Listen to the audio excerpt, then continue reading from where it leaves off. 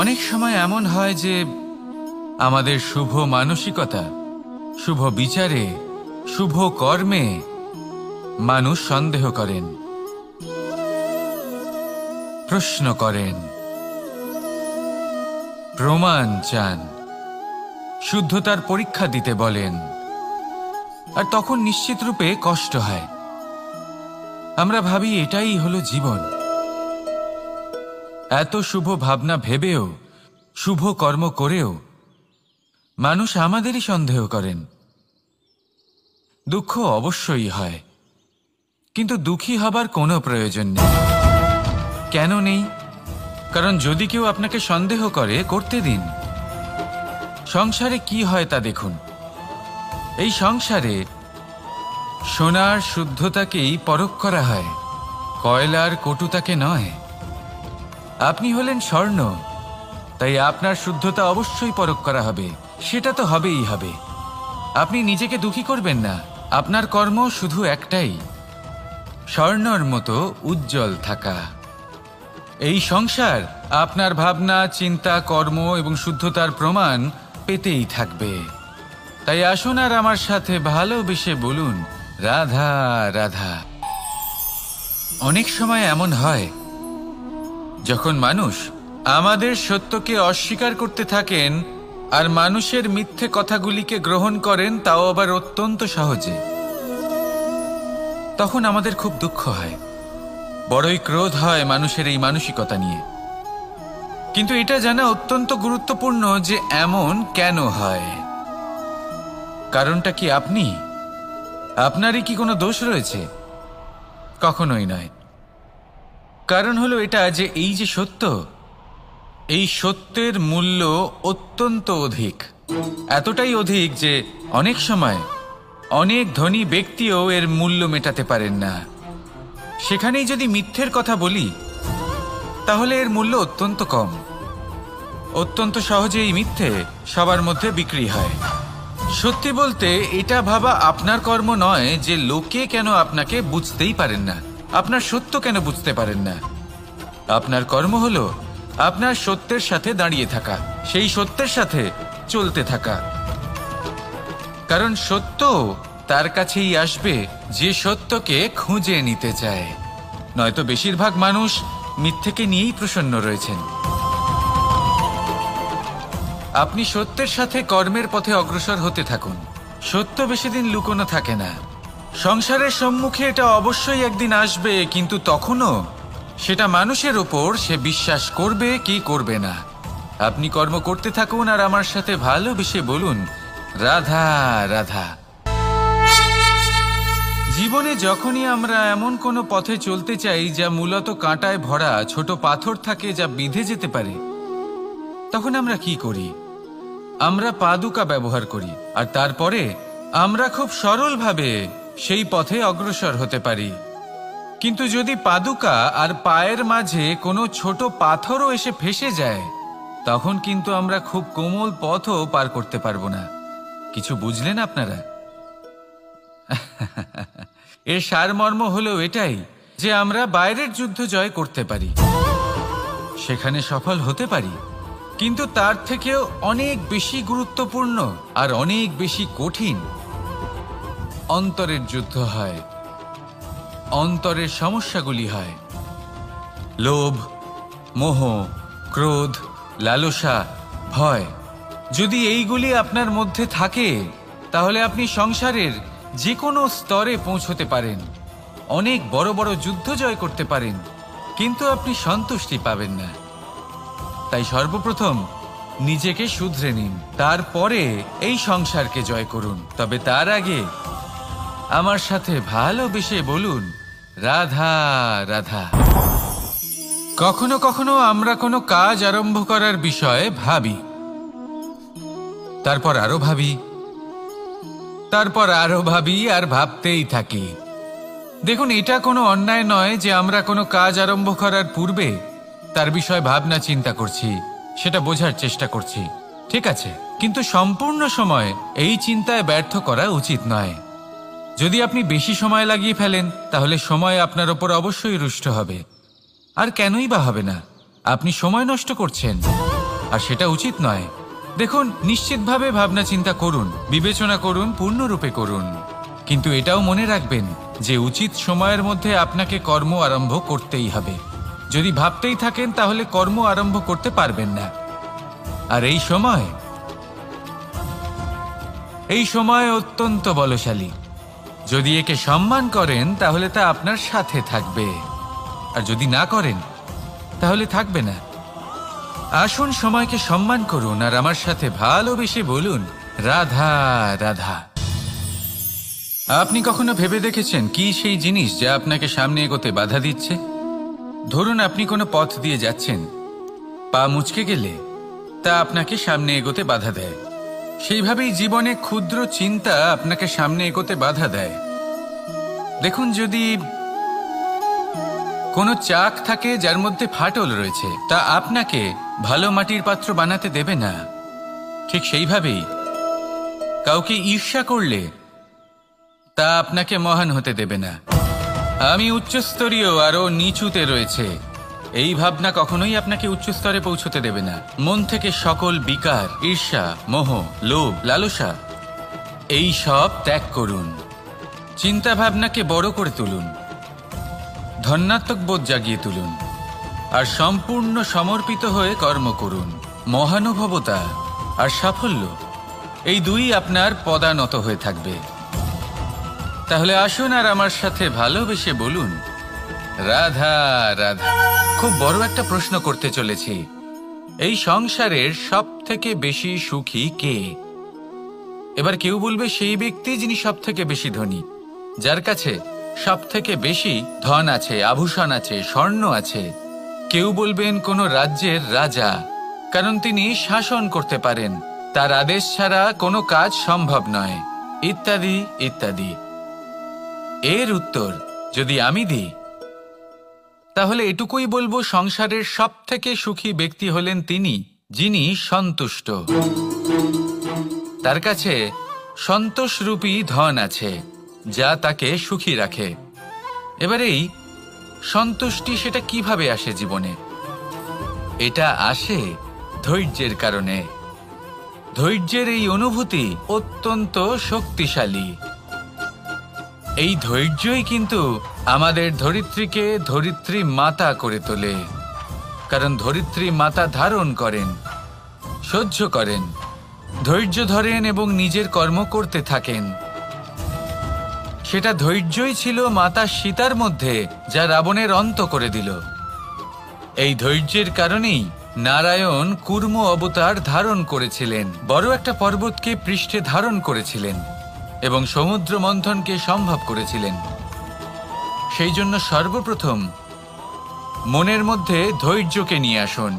এই ধৈর্যই আপনাকে সন্তুষ্টির পথে নিয়ে যাবে, আর এই সন্তুষ্টি আপনাকে লোভ, মোহ এবং লালসার পথ থেকে দূরে নিয়ে সুখের পথে নিয়ে যাবে। আর তখন এই মন প্রসন্ন হয়ে বলবে, রাধা রাধা। এই সংসারে এমন কখনোই হবে না যে আপনি কিছু একটা করলেন কিন্তু তার মূল্য আপনাকে দিতেই হলো না। যে কোনো কাজের জন্য, যে কোনো কর্মের জন্য আপনাকে মূল্য দিতেই হবে। প্রকৃতিও আমাদের এটাই শেখায়। আকাশে দেখুন সূর্যকে, প্রত্যেকদিন আমাদের প্রকাশ প্রদান করেন। এনাকে সূর্য নারায়ণ বলা হয়। ইনি কি মূল্য প্রদান করেন? নিজে জ্বলতে থাকেন। ধরিত্রী মাতা, এই ভূমি, ইনি কি মূল্য প্রদান করেন? প্রহার সহ্য করেন। আমরা এই ধরিত্রীতে প্রহার করে মাটি খুঁড়ে তাতে বীজ বপন করি, তবেই আমরা অন্ন লাভ করি, তবেই ফসল পাই। জীবনে যদি আপনাকে সফল হতে হয়, সম্মান পেতে হয়, যশ পেতে হয়, তাহলে আপনাকে মূল্য দিতেই হবে। যদি আপনি সাফল্য লাভ করতে চান তাহলে দিন রাত আপনাকে ত্যাগ করতে হবে, যেখানে সমগ্র সংসার সন্তোষ অনুভব করছে, আর আপনাকে করতে হচ্ছে পরিশ্রম। যদি আপনি সম্মান প্রাপ্ত করতে চান তাহলে আপনাকে সেই সুখ ত্যাগ করতে হবে যা সবার কাছে রয়েছে। যদি আপনি যশ লাভ করতে চান তাহলে নিজের অন্তরকে মেরে ফেলা আপনাকে শিখতে হবে, তবেই আপনি যশ লাভ করবেন। জীবনে শুধুমাত্র ধন মূল্যবান নয়, কিন্তু এই যে মূল্যের কথা আমি বলছি সেটা যদি আপনি দিতে পারেন তাহলে নিশ্চিত রূপে এটা আপনাকে আরো মূল্যবান করে তুলবে, নিশ্চিত রূপে গড়ে তুলবে। তাহলে এটাই করুন আর আমার সাথে ভালোবেসে বলুন, রাধা রাধা। असतो मा सद्गमय, तमसो मा ज्योतिर्गमय, মৃত্যুর্মা মৃতঙ্গময়। জ্ঞান সেটাই যা অসত্য থেকে সত্যের পথে চালিত করে, প্রকাশ সেটাই যা অন্ধকার থেকে আলোর পথে নিয়ে আসে, জীবন সেটাই যা মৃত্যু থেকে অমরত্বের পথে নিয়ে যায়।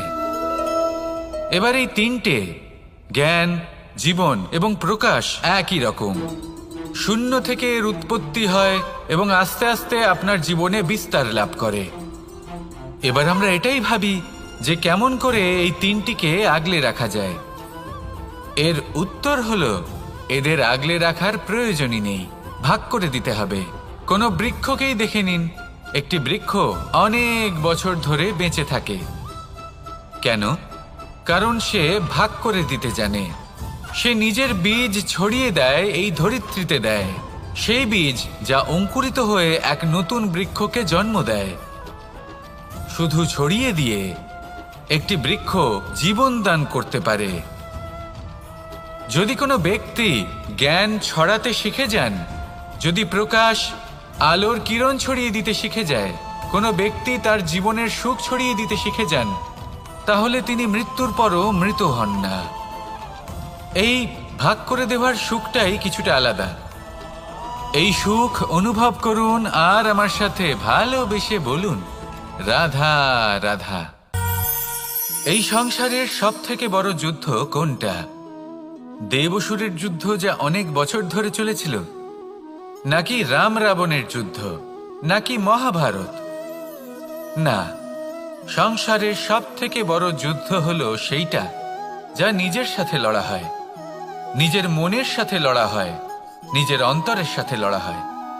এটাই সব থেকে বড় যুদ্ধ। এবার নিজেই দেখুন আপনার সব থেকে বড় শত্রুকে। আপনার স্বার্থ, আপনার কামনাগুলি, আপনার অহংকারগুলি, যা আপনাকেই নষ্ট করে দেয়। যদি এদের ওপর আপনি বিজয় লাভ করতে পারেন, তাহলে ধরে নিন এই সংসারে সবার ওপরে আপনি বিজয় লাভ করতে পারবেন।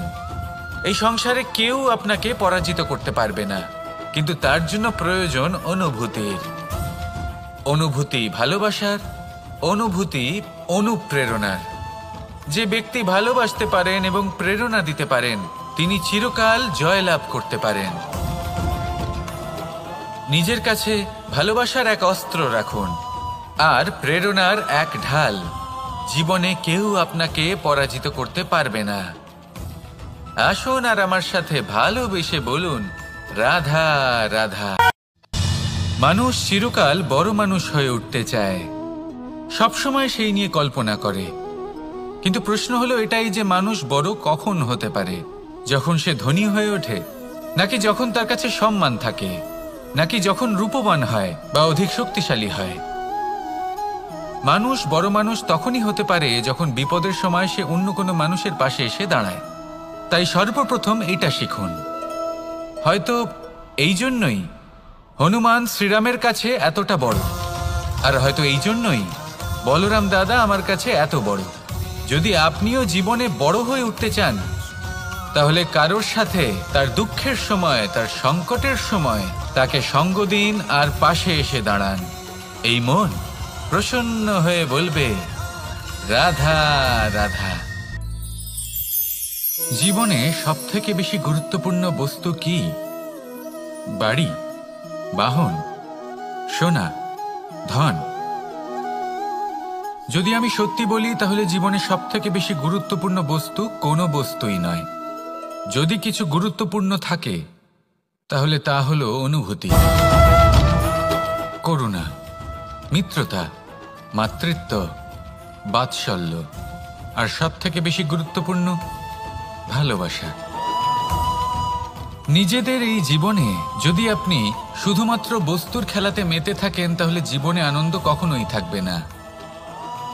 নিজের এই জীবনকে অনুভূতির পীঠস্থান বানিয়ে তুলুন। এই মন প্রসন্ন হয়ে বলবে, রাধা রাধা। যখনই কোনো ঘূর্ণিঝড় আসে, কোনো প্রলয় আসে, তখন দেখবেন তা কত বৃহৎ প্রভাব ফেলে, কত বড় বিনাশ ঘটায়, বিধ্বংস সৃষ্টি করে। যখন বন্যা আসে তখন কত গভীর প্রভাব ফেলে, কত সর্বনাশ ঘটায়। নদীর পাড়ও ভেঙে বয়ে নিয়ে যায়। সেখানে কোনো গাছকে দেখুন, শান্তভাবে দাঁড়িয়ে থাকে, চুপ করে, আর নিজের কাজ করে, ছায়া প্রদান করে, ফল প্রদান করে, কোনো শব্দ না করেই নীরবে কর্ম করে। যদি নদীর কথা বলি, নদী যখন বয়ে চলে খেতে জল প্রদান করে, বনস্পতিদের প্রাণ প্রদান করে, আমাদের পানীয় জল দেয়। এত মহান কাজ করে কোনো শব্দ না করে, নীরবতার সাথে। এ হলো এক শিক্ষা যে এই সংসারে যারাই মহান কর্ম করেন তারাই নীরব থেকে সেই কর্ম করতে থাকেন, কারণ ওনারা জানেন যে গুরুত্বপূর্ণ প্রচার নয় বরং কর্ম। আর যারা রুদ্রের সাথে থাকেন, কোলাহল করেন, তারা শুধুমাত্র ধ্বংসই করেন। এবার আপনি মৌন থেকে শুধুমাত্র কর্ম করে মহান হতে চান, নাকি রুদ্রের সাথে থেকে বিধ্বংস ঘটাতে চান? সিদ্ধান্ত আপনারই। আসুন আর আমার সাথে ভালোবেসে বলুন, রাধা রাধা। আপনি জীবনে কি হবেন সেটা আপনার পরিশ্রম, আপনার নিরন্তর প্রয়াস আর আপনার নির্বাচিত দিশার উপর নির্ভর করে না। এটা নির্ভর করে আপনার সঙ্গতির উপরেও। এই সঙ্গতি যা হলো অত্যন্ত গুরুত্বপূর্ণ। প্রকৃতিও আমাদের এটাই শেখায় বিভিন্ন উদাহরণ দিয়ে। যদি আপনাকে একটা উদাহরণ দিই, কখনো বাতাসের প্রবাহ লক্ষ্য করবেন। এই বাতাসের প্রবাহ যখন কোনো পুষ্পকে স্পর্শ করে, সেও সুগন্ধে পরিপূর্ণ হয়ে যায়। এই বাতাসের প্রবাহ যখন কোনো নালীর উপর দিয়ে প্রবাহিত হয়, তখন সেও সুগন্ধহীন হয়ে যায়। এ সঙ্গতির প্রভাব যা মানুষকে কোথা থেকে কোথায় নিয়ে যেতে পারে আপনি জানতেও পারবেন না। এ হলো সঙ্গতির প্রভাব, যেখানে চানার সাথে গুড়ও মিশে যেতে পারে। এ হলো সঙ্গতিরই প্রভাব, যেখানে একটা সাধারণ পাথর স্বর্ণের সাথে মিশে গিয়ে একটা রত্নে পরিণত হতে পারে। তাই এই সঙ্গতির বিষয়ে বিশেষ খেয়াল রাখবেন। আপনি কার সাথে মিশছেন, কি বলছেন, কি শিখছেন, আপনার অস্তিত্বের উপর তাদের কি প্রভাব পড়ছে সব লক্ষ্য করবেন।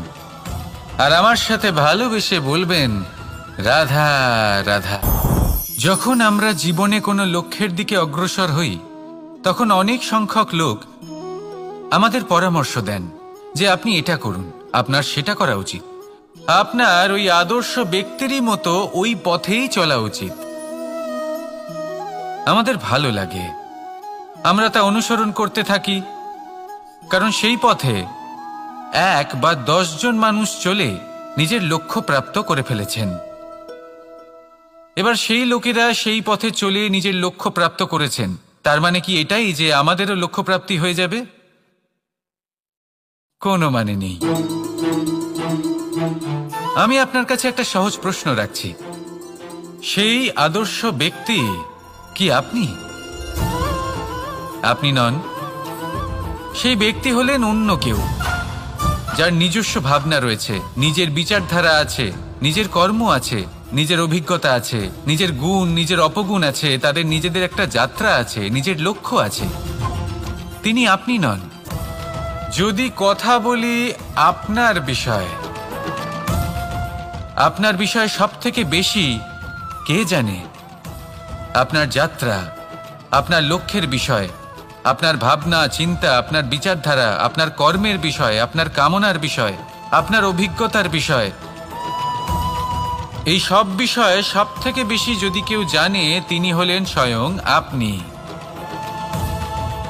তাই নিজের জীবনে কোনো পথ নির্বাচন করবেন আর কিভাবে সামনে এগোবেন, এই নির্বাচনও শ্রেষ্ঠ হবে যদি সেটা আপনি নিজেই করেন। আপনি আপনার জীবনকে নিরীক্ষণ করুন, বুঝুন, আর নিজের লক্ষ্য গিয়ে প্রাপ্ত করে ফেলুন।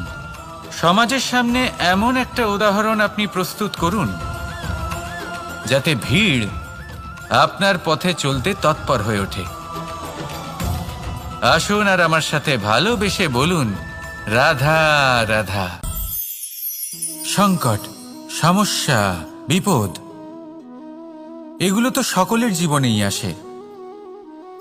অনেক সময় এমন হয় যে মানুষের জীবনে যখন এমন কোনো বিপদ আসে তখন সে ভয়ভীত হয়ে পড়ে, চিন্তিত হয়ে পড়ে, নিরাশ হয়ে যায়। কিন্তু আমি আপনাকে একটা সত্যি কথা বলি যে আমাদের ব্যক্তিত্বের বিকাশের জন্য, আমাদের নিজেদের লক্ষ্যে পৌঁছে দেবার জন্য এই সংকট, এই সমস্যা এগুলো অত্যন্ত গুরুত্বপূর্ণ। আর এর উদাহরণ আমি নয়, বরং প্রকৃতি স্বয়ং দেবে। আপনি নিজেই ধরিত্রী মাতাকে দেখে নিন। ধরিত্রী মাতা সূর্যের তাপ সহ্য করেন কেন? যাতে পৃথিবীতে যে জল রয়েছে তা বাষ্পে পরিণত হয়ে ওপরে উঠে মেঘ হয়, আর পৃথিবীতে বর্ষা হয়ে ফিরতে পারে, নতুন জীবন দান করে। আর অন্যদিকে পাতা ঝরার মরশুমে কোনো বৃক্ষকে দেখুন, পাতা ঝরার মরশুমে সমস্ত পাতা ঝরে যায়, তারপরে সেই গাছে নবনির্মাণ হয়, নতুন পাতা জন্মায়, সেই গাছ আবার ভরে ওঠে, সবুজে সবুজ হয়ে ওঠে। সেইভাবেই আপনার জীবনেও সংকট এবং সমস্যা এগুলো তো আসতেই থাকবে, কিন্তু আপনার এগুলিকে ভয় পেলে চলবে না, পিছু হটলে চলবে না, নিরাশ হলে চলবে না, বরং দৃঢ়তার সাথে, সাহসের সাথে তার সম্মুখীন হতে হবে। যদি আপনি এটা করতে শিখে যান তাহলে আপনি দেখবেন যে এই সমস্যা, এই সংকট, এই বিপদ আপনাকে শক্তি প্রদান করবে। আসুন আমার সাথে ভালোবেসে বলুন, রাধা রাধা। প্রকাশ কার মধ্যে থাকে? সূর্য। শীতলতা কার মধ্যে থাকে? চন্দ্রমার মধ্যে। এবার যদি সূর্যের মধ্যে প্রকাশ না থাকে কি হবে? অন্ধকার। যদি চন্দ্রমার মধ্যে শীতলতা না থাকে তাহলে কি হবে? মহা অন্ধকার। সবকিছু অন্তরে আছে, শুভভাব আর সত্যতা প্রত্যেকটা মানুষের অন্তরের মধ্যে থাকবেই থাকবে। যদি এটা না থাকে তাহলে জেনে রাখুন কিছুই নেই।